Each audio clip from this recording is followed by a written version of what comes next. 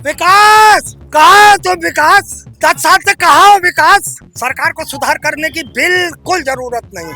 8 लाख करोड़ का अगर केवल सिक्का बनवा दीजिए। और शराब की दुकानें और हुक्का बार चालू कर दिए। अरे कम से कम हमें नफरत के नाम से बांटने का काम तो मत करो। आपने नौजवानों के हाथ में नौकरी के नाम पर कटोरा दबा दिया। लगेगा कि हम लंका में खड़े थे। बच्चे भी 10 साल से एकदम आवारा जैसा घूम रहे हैं। ये कौन है दरिंदे जो सत्ता पे बैठ चुके हैं? और जितने भ्रष्टाचारी इस समय है भारतीय जनता पार्टी में है। केवल भारतीय जनता पार्टी के कार्यालय में जो फर्नीचर है उसी पर खर्च है। ये दरिंदे बैठ चुके हैं सत्ता पे। अगर ये तीसरी बार भी जीतेंगे तो वही सब करेंगे जो इन्होंने 2 बार किया। दफ्तर दफ्तर भ्रष्टाचार, कौन है इसका जिम्मेदार? क्या भारतीय जनता पार्टी वहाँ कंधार की पठार में खेती कर रही थी? हमारा 56 इंच का सीना है। कौन सा अच्छा बजट है जब जनता को राहत नहीं मिल रही? कहते हैं अपराधी प्रदेश छोड़कर भाग गए हैं। 7 महीने हैं आपके पास, आप उस पे एंजॉय करिए। ये लोग गद्दी छोड़ दें, इसी तरह विकास हो जाएगा। संविधान का गला छोड़ दें। नमस्कार, मैं काजल तिवारी आपके साथ। आप देख रहे हैं भारत की बात। जैसा कि 2026 में फरवरी आ चुकी है और वाराणसी से लेकर लखनऊ तक, गोरखपुर से लेकर प्रयागराज तक बजट के ऊपर सत्र गरमाया हुआ है। जैसा कि आपको पता होगा, 9 फरवरी को बजट पेश करेंगी, 10 फरवरी को शोक प्रस्ताव के बाद सदन स्थगित होगा और 11 फरवरी को बजट पेश होगा सदन में मुख्यमंत्री योगी आदित्यनाथ की उपस्थिति में। जैसा कि अनुमान है कि लगभग 9 लाख करोड़ के आसपास पेश हो रहा है बजट, और पिछला जो 2025-26 का था वो 8 लाख करोड़ के आसपास था। तो आइए हम जनता से बात करते हैं कि उनका क्या अनुमान है। जी, तो आने वाला जो बजट है उससे आपकी क्या मतलब अनुमान आपका है, क्या होना चाहिए? बजट मैं बता दूं बजट के बारे में कि बजट केवल हम लोग पास होता है सदन में।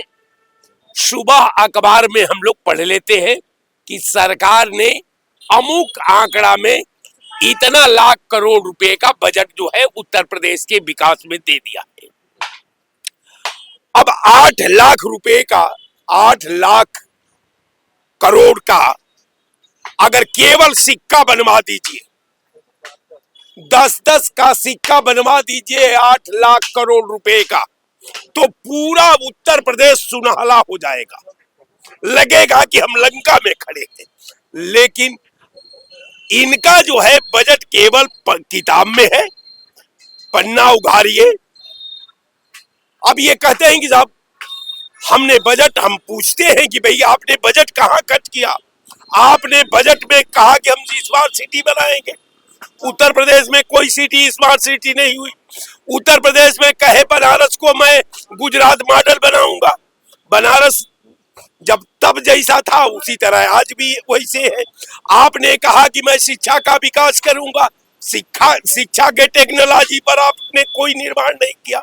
रह गया महिलाओं के सम्मान का, महिलाओं के विकास का, महिलाओं के शिक्षा का, महिलाओं के उत्थान का, महिलाओं के विकास का, आधुनिकीकरण का, उसमें भी आपने कोई काम नहीं किया।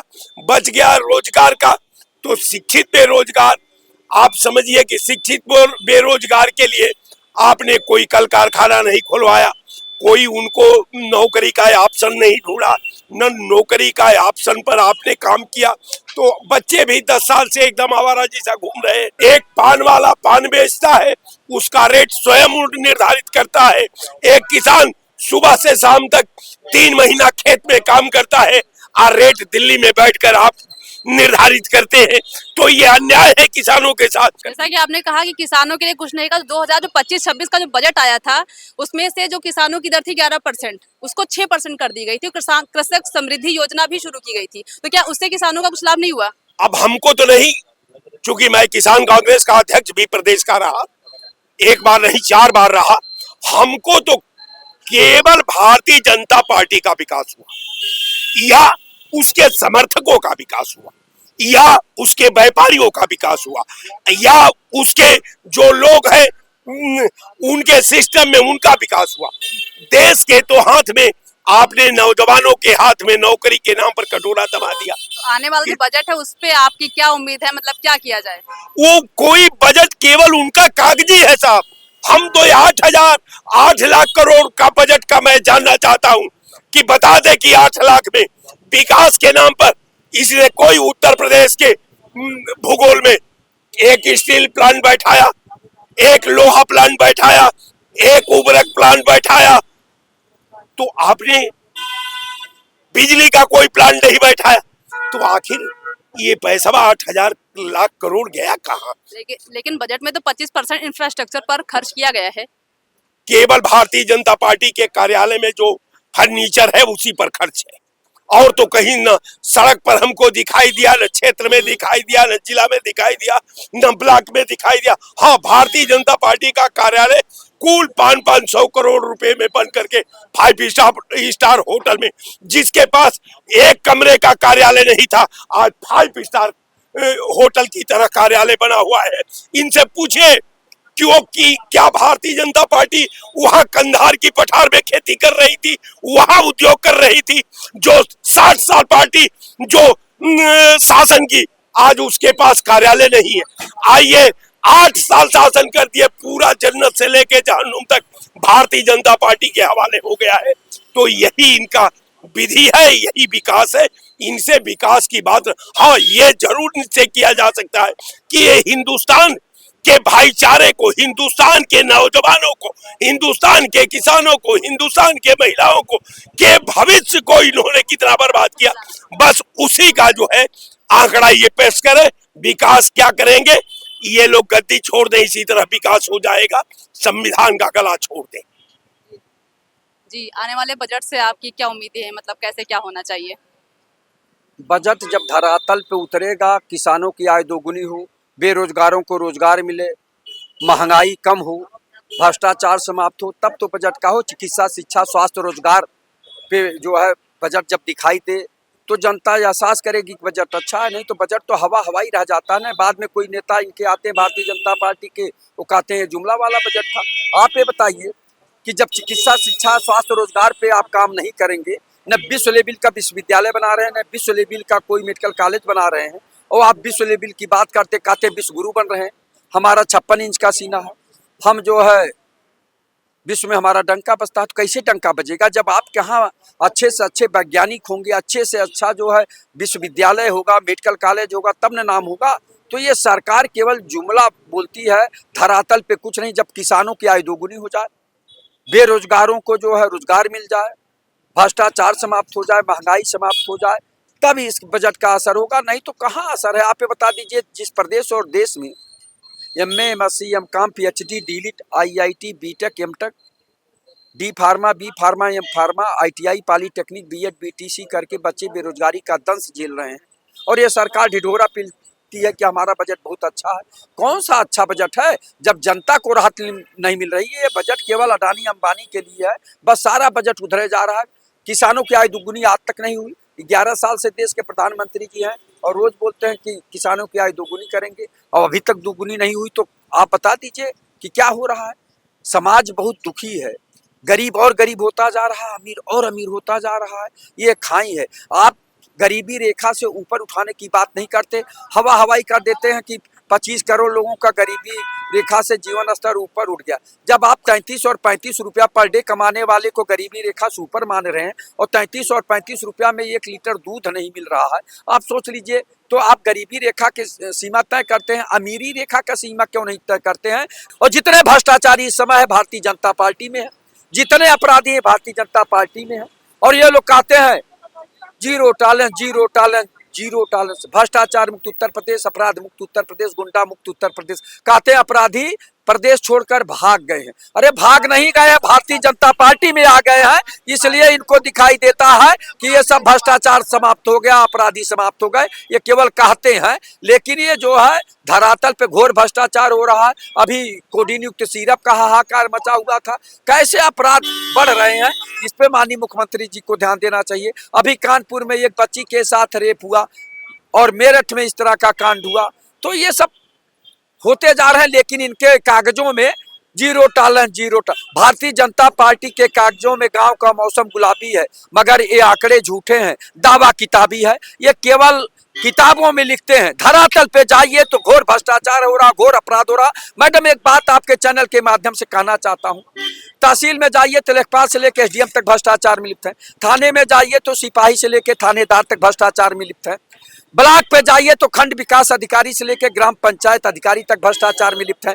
दफ्तर दफ्तर भ्रष्टाचार, कौन है इसका जिम्मेदार? जिले जिले में भ्रष्टाचार, कौन है इसका जिम्मेदार? माननीय मुख्यमंत्री योगी आदित्यनाथ जी इसका जवाब क्यों नहीं जनता को देते हैं? और इतने नहीं, आरटीओ विभाग, स्वास्थ्य विभाग, सिंचाई विभाग, लोक निर्माण विभाग में घोर भ्रष्टाचार हो रहा है। जब तक भ्रष्टाचार नहीं रुकेगा तब तक प्रदेश और देश का विकास नहीं होगा। आने वाला जो बजट है उससे आपकी क्या उम्मीदें हैं? विकास, विकास, विकास, कहाँ है तुम विकास? 10 साल से कहाँ हो विकास? तुम्हें ही ढूंढ रहे हैं हम। मैडम, विकास तो 10 साल में कुछ दिखा नहीं। आपने देखा, 2 लोग बोल चुके हैं, पूरी बहुत अच्छे से बता चुके हैं विकास की रूपरेखा पूरी क्या है। ये जो बजट आ रहा है उसमें 25% जैसा कि बड़ा अनुमान है, जो अब जमीनी स्तर तो वही जो भी हो, 25% जो है वो मतलब इंफ्रास्ट्रक्चर पर है, 15% शिक्षा के लिए है, बाकी जो उसमें महिला सशक्तिकरण आज पर भी लगाया जा रहा है। 2017 से जब से इनकी सरकार बैठी है, 27 में 10 साल पूरे हो जाएंगे। हम तो कहते हैं बजट आप अपना बनाइए, अपने लिए कीजिए, अपने कार्यालय बनाइए, हाईटेक कार्यालय बनाइए, उसी में लग जाइए। जो बचे हुए 6 महीने हैं, 7 महीने हैं आपके पास, आप उस पर एंजॉय करिए और जनता का पिंड छोड़िए। आपसे हमें न शिक्षा मिली, न रोजगार मिला, न स्वास्थ्य मिला, न सुरक्षा मिली। क्या मिला हमें? सिर्फ धोखा, सिर्फ धोखे पे धोखा। यह हमें नफरत में बांटा गया हिंदू मुस्लिम के नाम से।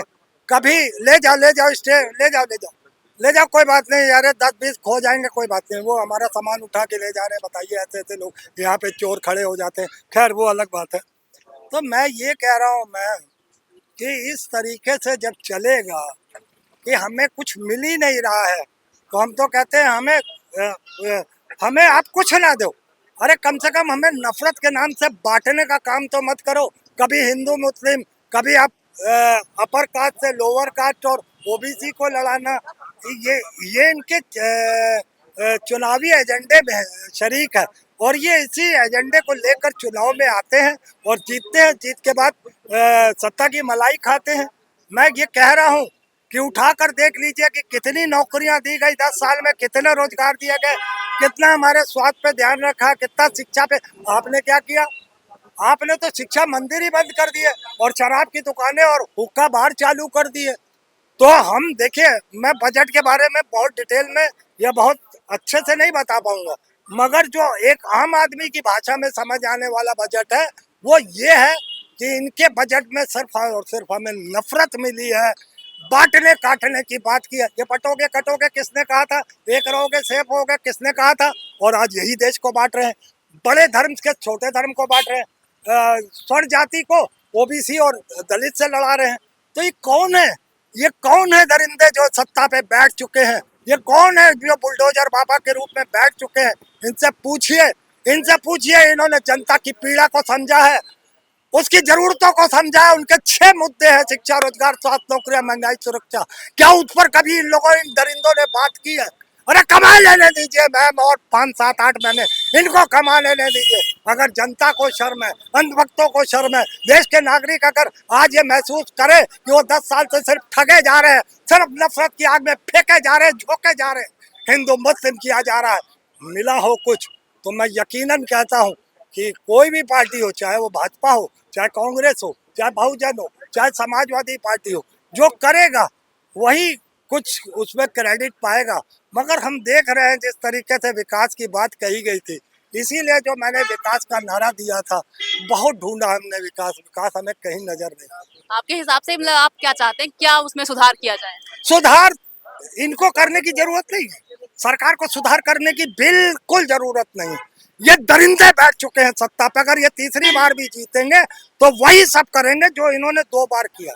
अब जनता को ही अपने अंदर से अपने जमीर को जगाना पड़ेगा। जो बेइज्जतियां 10 साल से देश की जनता, चाहे महिला हो, चाहे पुरुष हो, या युवा हो, नौकरी के लिए जो तरस रहा है, जो दर दर की ठोकरें खा रहा है, अगर तुम खुद नहीं जागोगे तो ये दरिंदे फिर से तीसरी बार सत्ता में आ जाएंगे और इसी तरीके से तुम्हें लूटते रहेंगे। तुम कुछ नहीं कर पाओगे सिवाय छाती पीटने के, सिवाय छाती पीटने के। जैसा कि हमने बजट पे जनता की राय ली और आगे यूजीसी पर भी बात की, तो जनता में ना काफी निराशा है। तो हम सरकार से उम्मीद करेंगे कि जो आने वाला बजट है जनता के, आम जनता के, आम नागरिक के, युवाओं के, महिलाओं के, किसानों के पक्ष में हो, ताकि जनता राहत से और आपस में भाईचारे के साथ रहे। मैं काजल तिवारी, कैमरामैन दीपक के साथ, भारत की बात।